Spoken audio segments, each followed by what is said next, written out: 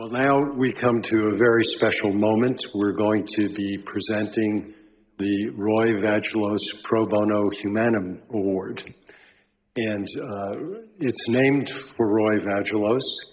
And Roy is a great leader in the pharmaceutical industry, but also a great humanitarian. And it's very appropriate that this award honors him. And the awardee, who you will learn about in a moment, fits exactly that same mold as Roy Vagelos. To tell you about who the awardee is tonight, I'm going to invite a member of the Prix Galien USA Award Selection Committee to the stage to make that announcement. Cato Lorenzen, will you please join me up here? Ladies and gentlemen, please welcome Professor Cato T. Lorenzen, Prix Galien USA Committee member, Chief Executive Officer, the Cato T. Lorenzen Institute at UConn, University Professor and Van Dusen Distinguished Endowed Professor, University of Connecticut, who will have the honor of presenting the 2023 Roy Vagelos Pro Bono Humanum Award for Global Equity to Dr. May C. Jemison. Well, thank you. Good evening. I have the great honor to present this award, but also the great honor to provide some personal remarks before the award. Now, I've been here a few times before, so you've seen me, and I want to give a follow-up to some of the messages I've given in the past.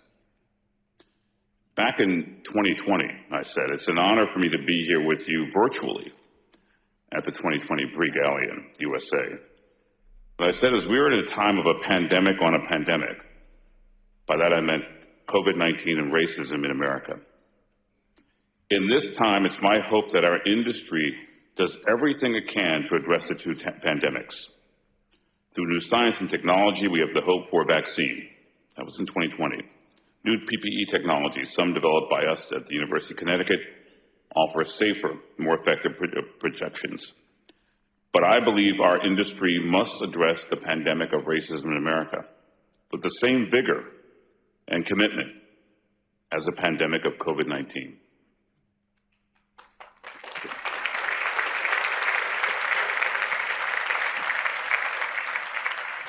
Pandemics come and pandemics eventually go, but racism still stays the same. The answers start, in my mind, with embracing a new pathway for society, one that I term the ideal path, which is inclusion, diversity, equity, anti-racism, and learning. It's only through our becoming a society committed to confronting racism that we will truly, in an ideal way, address this ever-present and pervasive pandemic.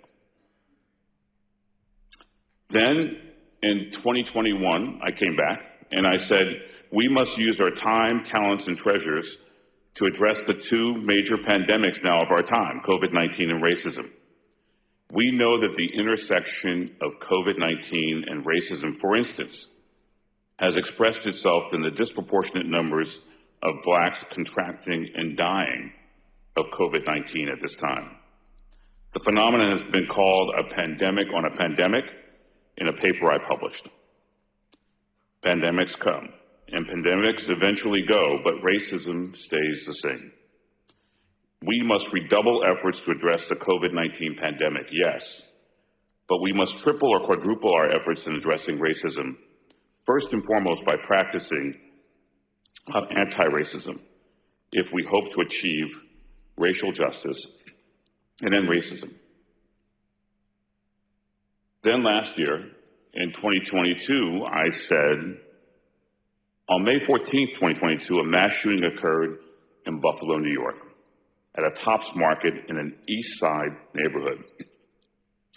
The shooter chose that particular supermarket after he researched where he could find the maximum number of Black people to kill. He was wearing body armor and a military helmet and a head-mounted camera to record everything. And he live-streamed the attack. Who knows the name of the shooter? His name is Peyton S. Gendron, and he was 18. The truth is that we're in the midst of a normalization of racism in America. We have gone so far to discuss legislating against even talking about racism in certain settings, reasoning that it may make whites feel sad or uncomfortable, making whites feel sad or uncomfortable. So now we're here. Where are we in 2023? Where are we now in regards to anti-Black racism? While FBI data show a decrease in crime during the 2022 year, and now violent crime is down to pre-COVID levels, rates of hate crimes are up.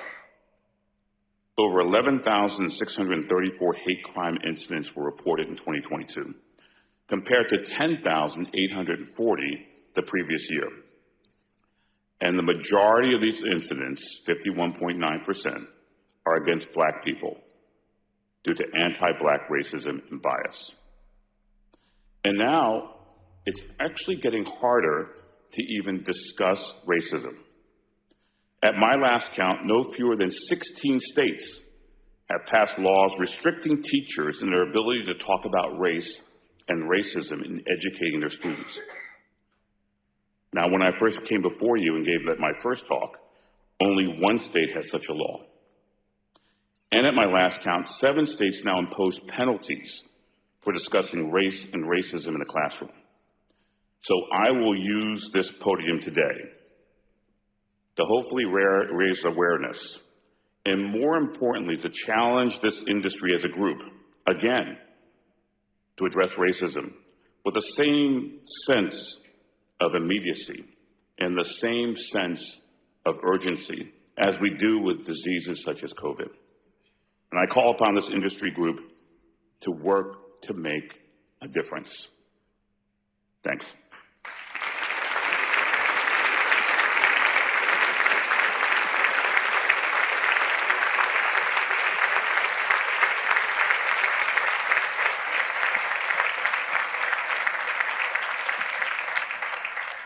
And now to our award and our awardee. Living legend. Larger than life. Icon. Humanitarian for the entire world. These are just a few of the phrases that can best describe Dr. Mae Jemison. She truly epitomizes the Roy Vagelos Pro Bono Humanum Award for Global Health Equity. Dr. Jemison was born in Alabama and graduated high school at age 16 in Chicago. She went on to Stanford, where she studied chemical engineering, a great field, and African American studies. Then she went on to Cornell Medical College here in New York for a medical degree. After graduating, she went to West Africa and served as a medical officer with the Peace Corps. There, she managed healthcare, for Peace Corps and U.S. Embassy personnel. She worked in conjunction with the National Institutes of Health and also the Center for Disease Control on several projects, including development of a hepatitis B vaccine. Now, in 1987, Dr. Jemison was one of 15 accepted out of 2,000 applicants to be an astronaut. I think that deserves an applause.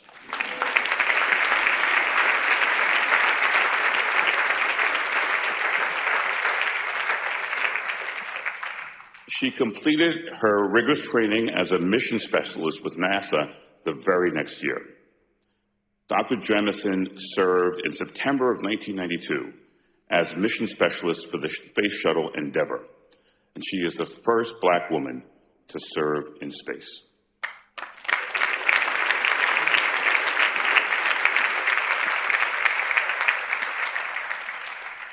Her contributions to the world have been so numerous. She has served on the board of directors of the World Sickle Cell Foundation. Her company, the Jemison Group, considers the sociocultural impact of technological advances in design. She has also founded the Dorothy Jemison Foundation for Excellence, which is named after her mother. One of the projects of the foundation is the Earth we share. A science camp for students aged 12 to 16. These camps now are held all over the world. Her reach is far-reaching. I had dinner with her last night with my wife and my daughter, and I learned of her work with the DARPA 100-Year Starship Project. You know, you may not know this, but she's already making plans for interstellar transport to be a reality.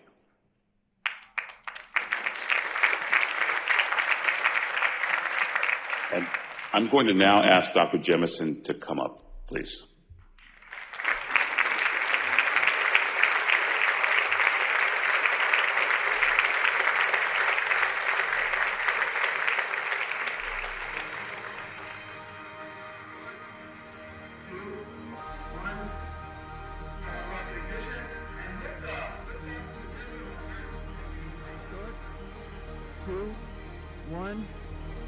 Solid rocket ignition and liftoff. Liftoff of Endeavour on America's 50th space shuttle flight.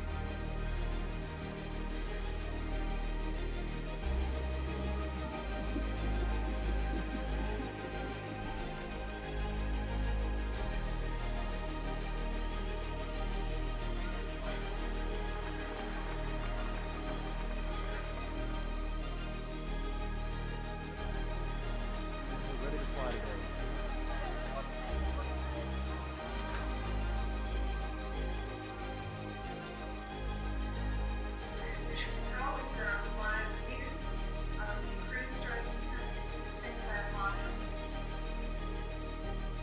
This is Mission Control. These are our live reads of the crew starting to head into the profile module.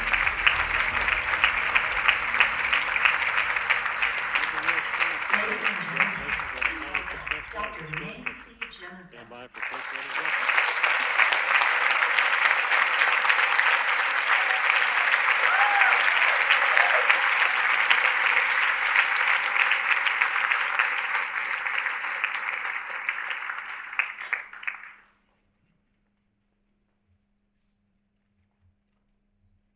Let me just say, Dr. Jemison, your life, your career, and your essence have been an inspiration to the world. You are living a life of selfless service. So on behalf of the Prix Gallienne, I am honored to present you our highest honor, the Roy Vagelos Pro Bono Humanum Award for Global Equity.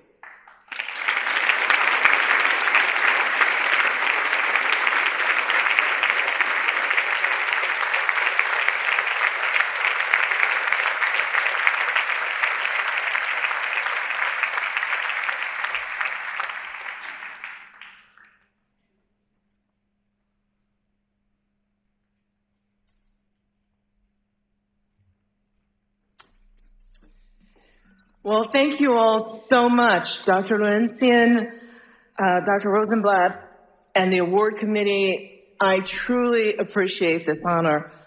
I am going to tell you something that I tell most people that I talk to. That is, time is the one truly irreplaceable commodity we have at our disposal. And I appreciate you sharing your time with me today, as well as giving me this incredible honor. I should tell you that when I was informed of my selection, the letter remarked on my contributions in science, medicine, and humanitarian efforts. And then it went on to cite milestones of my career. And what's really interesting for me is some of those milestones happened when I knew people were paying attention. And then other times, seemingly when I was just out there on my own, right? Determined to do some things that people maybe did not think were that important. And I was sidling up to the edge of a cliff. Those were also cited, and I do appreciate them. But as I start, I want to just acknowledge what's happening in the world today, because that's the world in which we practice medicine, in which we do healthcare, and in which we make innovations. And that world is one in which there is remarkable potential, and there are challenges, And so much of how we meet those challenges and what we make of our potential have to do with our behavior as humans and what we believe in, what we share. And that behavior impacts not only our species, but it impacts the entire planet. When we look around the world, all the things that are happening, whether we talk about last night coming in and hearing about the mass shootings, the conflict going on that seems almost intractable in Israel and Gaza and the Middle East. We look at the Ukraine, Sudan, floods. You know, Houston didn't go below 100 for about 30 days. And it froze 2 years before and killed all the palm trees. When we look at all the things that are happening, this is the context in which we practice medicine. Now, I want to tell you about how I am, what I'm doing these days. But James Baldwin, an American writer, said, people find it very difficult to act on what they know. To act is to be committed, and to be committed is to be in danger. So my commitment to the work that I do, it really stems from what I learned in medicine. My pedigree in medicine is long. It starts with being a kid, getting a vaccination at 3 years old while people tell you that this is good for you and you're crying. It was getting sick, dancing all my life, me wanting to go into biomedical engineering before it was actually a field. Going to medical school, as you heard, at Cornell over on East 69th Street. I'm so pleased that my roommate for medical school is here tonight, Dr. Joan Culpepper, who... I'm giving her a shout out because she's the head of GI at Harlem Hospital, but she also was really important in my development in medical school. You see, I came as an engineer with this whole idea that I was going to reverse engineer the body. Now, Joan was also a chemistry major. I was chemie. But I was going to reverse engineer the body, and I was just there because I wanted to do engineering, right? And then she told me that I was a waste of a perfectly good medical school slot if I was not planning on taking care of patients. I saw my first baby delivered in a hospital in Kenya. I worked in Cambodian refugee camps in Thailand, medical study group to Cuba, LA County USC Medical Center, the big county hospital. As a GP in LA, I self-diagnosed malaria in Sierra Leone and treated myself. Space exploration with humans, environmental sciences, medical devices, and chair of life science industry cluster. I'm the daughter of a father who was in the hospital for 12 days. And what do you have to do? What do you look at? And I also went to an Ayurvedic medicine clinic in Fairfield, Iowa. I tell you all of this because this impacts me. And there were major learnings from that. And what I want to tell you, I'm going to be absolutely honest with you about the major learnings I had from that. Zora Neale Hurston said, truth is a letter from courage. What I learned is that patient health and healing must genuinely be the focus and central purpose of those of us who are in the healing profession. It's not just about healing if it's about you, right? If your ego is not buoyed by your ability to heal and to make people better, then perhaps neither the healing profession or you are best served by being in it. I learned that health is integrally tied to generations before us and after us, and the sum total of the environment in which we exist. That is the environment, both cultural as well as physical. That affects our health. And I also learned that, science is just understanding. It's just our understanding about something. And technology is just a tool. That technology, whether it's a mechanical, whether it's biological, or whether it's a process, it's just a tool.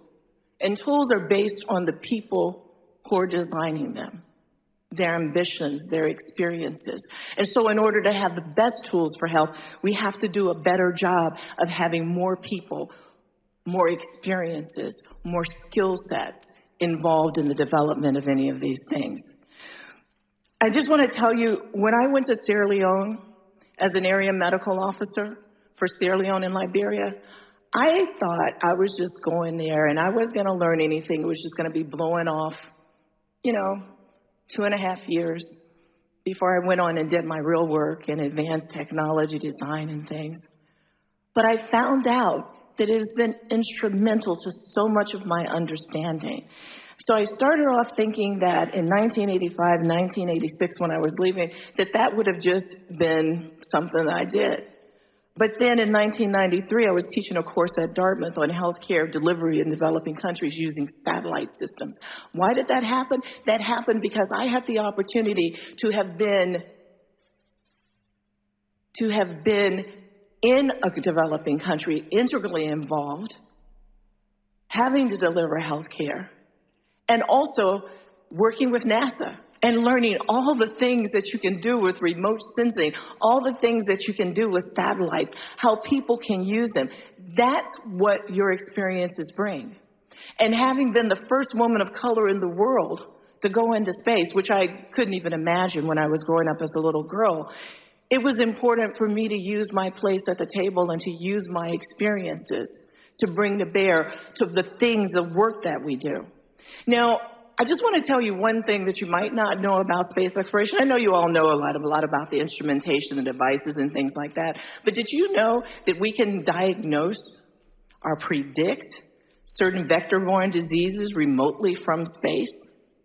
Because you can understand the vegetation, the landscape epidemiology. So vectors that require mosquitoes that have certain kinds of environments they have to live in, you can predict things.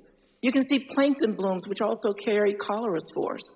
It's really by having the perspective and having different people at the table that you can start thinking about this very differently, which brings me to the work that I do right now. The work that I do right now that I am committed to is called 100-Year Starship. And I want to juxtapose that to something that the first president of Tanzania, Julius Nyerere, said. He said, when they were trying to reach the moon, we were trying to reach the village. Because that juxtaposition is always, why are you trying to do something really difficult in the 1960s? But I say that we're able to reach the village nowadays because we reached the moon. And it is really that thinking, that belief. 100-Year Starship, I led the team that won what was DARPA's Geek Prize of 2012. It was. This was DARPA said, the Defense Advanced Research Projects Agency, the premier agency of the U.S. military, said that it wanted to be, and this was just for innovation, to create an organization, to modestly seed fund an organization to ensure that we have the capabilities for human interstellar flight within the next 100 years. And being somewhat of a risk taker, I thought about that and I said, okay, I know how to do that. I know how to get us on that path.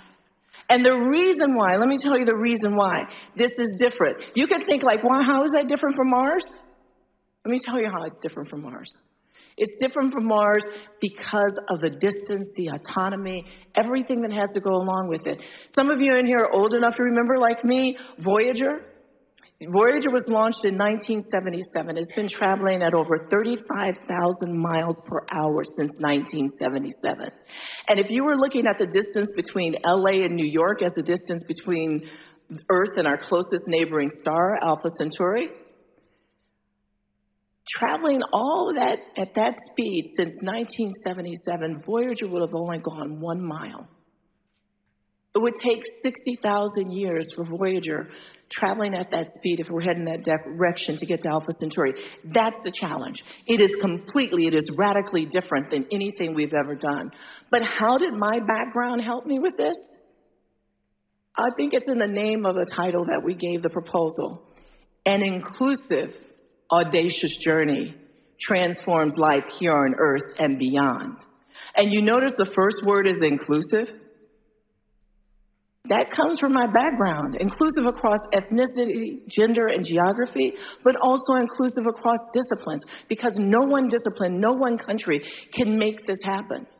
And it is only by bringing together the collective energy that we could make something this big happen. But why does it make a difference to us? Think about the energy that's required to go some percent the speed of light. Can't do it using chemical propulsion. There's not enough chemical propulsion in the entire solar system to do it. So we have to do another type of energy system, which transforms our life here on Earth. When you start to look at what kind of health infrastructure is needed, we can't take medicines to last 50 years or 60 years if we're fast enough to go, some percent of speed of light. We have to carry our own health infrastructure. So the work that we do with 100-Year Starship is to include many people, to look at the finances. We talked about the startups here, right? So everybody's interested in ROI, right? What kind of return on investment you're going to have. You can't do this the same way. We're going to have to think of new financial systems. That is the part that's really incredible to me. It's really about the fact that we coined in 2012, space isn't just for rocket scientists and billionaires, right? It will reach its full potential when it's shared around the world by others. And that's what 100-Year Starship does. What we work on is how do we get more people telling the story, building the frameworks. And so while we do a lot of work and we've worked internationally all the time, and worked with Medical University of Graz, Austria, inside a castle, looking at how do you create a health infrastructure. We've worked with China. We've worked lots of different places. But the issue is to bring in people who are ordinarily involved. And so we held our 10-year conference, our marquee public conference in Nairobi. And it was called Nexus, When Space, Purpose, and Culture Collide, because none of those happen without the other. And our task is how do we get people involved? How do we get more people working on this to move things forward? And while the grand challenge is interstellar travel, the immediate and overarching goal is enabling an explosive, innovative economy on this planet. As I end up, I want to quote Frantz Fanon, a Martinican psychiatrist in the 1960s. He said, "Each generation must, out of relative obscurity, discover its mission, fulfill it, or betray it." So these days, when we're saying, how do we get back to the moon, right? How do we maybe go to Mars? That's what I thought we were going to do when I was in the 60s growing up as a little kid, right? That we would be doing that. So how do we get something bigger?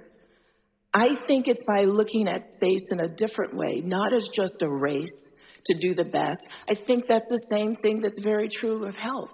It's not about just who gets to get the most health. There's a discrepancy of resources that's worldwide, that's incredible. As I was in Sierra Leone, I was able to order military and medical evacuations to take volunteers to the United States because I didn't have what I needed to take care of them in Sierra Leone. And yet so many people in Sierra Leone had no medicines, no IV at all. There's a discrepancy, and we have to understand what we do with it. And when you talk about pro bono and people doing things for humanitarian efforts, I remember when I was working in a Cambodian refugee camp, everybody was saying, we're doing such a good job. But I learned so much about myself.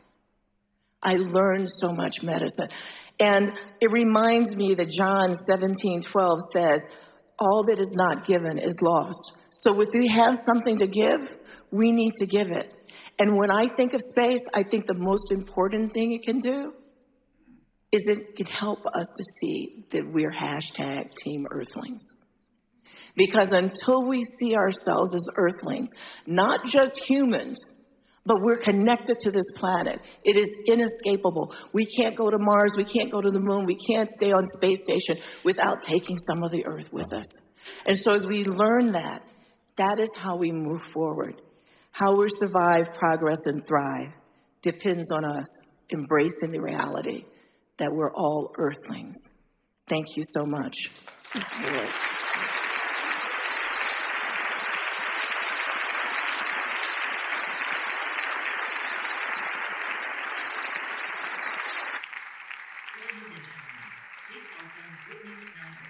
President, Science and Technology, Alexandria Real Estate Equity.